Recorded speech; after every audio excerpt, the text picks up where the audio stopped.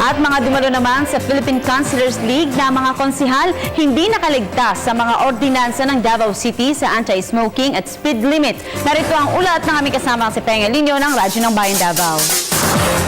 Mismo ang sasakyan ng Philippine Councilors League National Chair Alma Moreno ang hinuli ng traffic enforcement sa mabilis sa pagpapatakbo ng driver nito na imbis na 30 kph lamang ay umabot ito sa 40 kph. Isa namang konsihal mula sa Luzon ang nahuling na ninigarilyo sa bawal na lugar. Samantalang isang konsihal mula sa Leyte naman ay timbog dahil din sa pagbibenta ng mga peking certificate.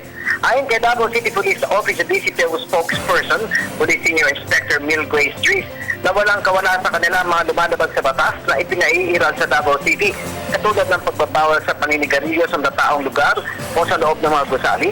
Pagpapatakbo ng mga sasakyan na mabilis ng speed limit ay mula 20, 30, 40 hanggang 60 kph lamang. Ang pagpapatubad ng mga ordinansa sa buong Davao City.